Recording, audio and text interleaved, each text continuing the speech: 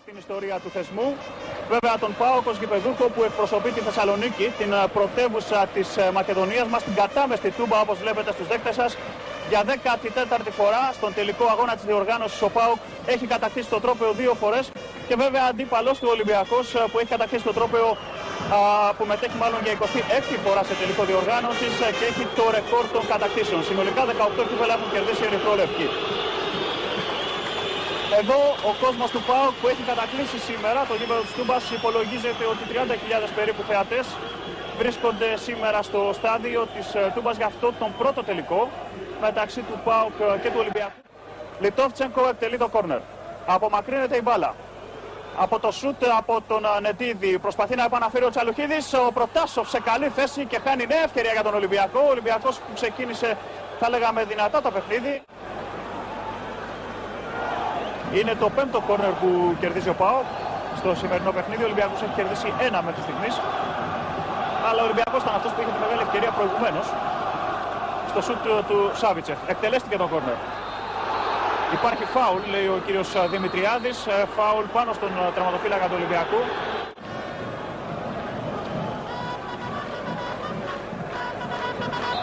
Η κεφαλιά πάσα του Σάβιτσεφ, ωστόσο έχει γίνει φάουλ του Σάβιτσεφ πάνω στον Λακωνίδη. Ένα φάουλ που υποδείχθηκε γρήγορα και εκτελέστηκε από τον Αλεξίου Πλασαριστά στον Μιτσιμπόνα. Και βλέπετε εδώ τους λιγοστούς εκδρομής από πλευράς Ολυμπιακού με τον Ατήλιο και την γνωστή κορνέτα του. Η μπάλα στα χέρια του Γκάμπριτς. Πάλι στο γήπεδο της Τούμπας, όπου πριν από λίγο βέβαια στο ημίχρονο και βλέπετε τώρα πάλι, ενώ είχαν ηρεμήσει κάπως τα πνεύματα, στο ημίχρονο είχαμε επεισόδια μεταξύ των φανατικών οπαδών του ΠΑΟΚ και της αστυνομίας, των ανδρών των ΜΕΑ που βλέπετε παραταγμένους μπροστά στη θύρα 4.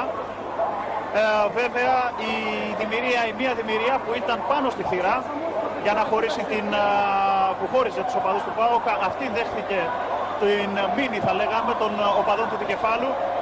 Και τώρα είναι μια νέα δημιουργία που ήρθε να βοηθήσει και να εκτονώσει μάλλον την κατάσταση που δημιουργήθηκε στο ημίχρονο, άγνωστο για ποιο λόγο. Στο ημίχρονο πρέπει να πούμε ότι μπήκαν στο γήπεδο και οι περίπου 1.000 οπαδοί του Ολυμπιακού, οι εκδρομείς που ήρθαν από την Αθήνα και από άλλα μέρη της Ελλάδος. Βλέπετε εδώ τους οπαδούς του Ολυμπιακού που μπήκαν στο ημίχρονο μέσα στο γήπεδο της Τούμπας για να παρακολουθήσουν τουλάχιστον τα δεύτερα 45 λεπτά του δεύτερου ημίχρονου. Ωστόσο στον αγωνιστικό χώρο υπάρχει κάποιο ρεπορτάζ από τους συναδέλφους, τον Γιώργο Μπούζο και τον Παναγιώτη Χορόζογλου. Μπορούμε να ακούσουμε τι έχουν ετοιμάσει. Δίπλα μας ο κύριος Βαγγέλης Ζαχαρής, είναι καλμένος εισαγγελέας σήμερα στο γήπεδο της Τούμπας. Κύριε Ζαχαρή, είδατε τι έγινε και για ποιο λόγο δημιουργήθηκαν τα επεισόδια? Είδα μία μικρή οξύτητα στη θύρα 4, δεν μπορώ να καταλάβω για ποιο λόγο δημιουργήθηκε, αλλά νομίζω ήδη με την υποχώρηση της αστυνομικής αρχής το κλίμα ηρεμίας αποκαθίσταται. Θα μπορούσατε να μας πείτε ποιος έδωσε την εντολή αυτή η δημιουργία των ΜΑΤ να βρεθεί μέσα στον πυρήνα των θερμών οπαδών του ΠΑΟΚ? Δεν ξέρω ποιος έδωσε την εντολή. Όπως βλέπετε και στις άλλες κερκίδες και στις άλλες θύρες υπάρχουν δημιουργίες των ΜΑΤ. Λαγωνίδης. Λεοντιάδης. Με τον Σιαντάκη. Θα κάνει τη σέντρα ο Λεοντιάδης θαυμάσια. Κεφαλιά από τον Καπάλο και τον γκολ. Η κεφαλιά και τον γκολ από τον αρχηγό του ΠΑΟΚ, όχι από τον Στέφανο Μπορμπόκη. Ο Μπορμπόκης είναι αυτός τελικά. Να δούμε. Βλέπετε τι γίνεται στις εξέδρες του γηπέδου της Τούμπας. Έγινε το 1-0 από το Σκαρτάδο, όπως είπαμε στην αρχή βέβαια.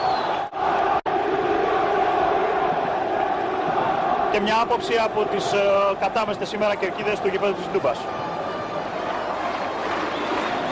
Μιτσιμπόνας. Όπως κόβει ο Καραταΐδης.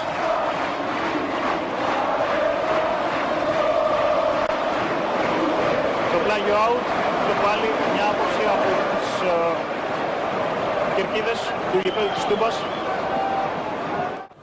Ξέφυγε ο Τσιαντάκης. Η νέα σέντρα που γίνεται. Βγαίνει ο Γκάμπριτς κεφαλιά και έχουμε τον γκολ. Το γκολ που έχουμε από τον Τσαλουχίδη. 1-1 Ολυμπιακός το 63. 63ο λεπτό και ο Γιώτης Τσαλουχίδης. Βλέπετε εδώ πώς πανηγυρίζει. Ένα γκολ μέσα στην Τούμπα βέβαια δεν είναι και μικρό πράγμα. Όταν μάλιστα ο τελικός είναι διπλός. Βλέπετε τους οπαδούς του Ολυμπιακού που είναι απομονωμένοι σε μια γωνιά, σε μια κερκίδα της Τούμπας, σε μια γωνιά εδώ του γηπέδου, και ο Γκάμπριτς που έκανε την αποτυχημένη έξοδο να είναι απαρηγόρητος. 1-1 λοιπόν, τελικό αποτέλεσμα από την Τούμπα.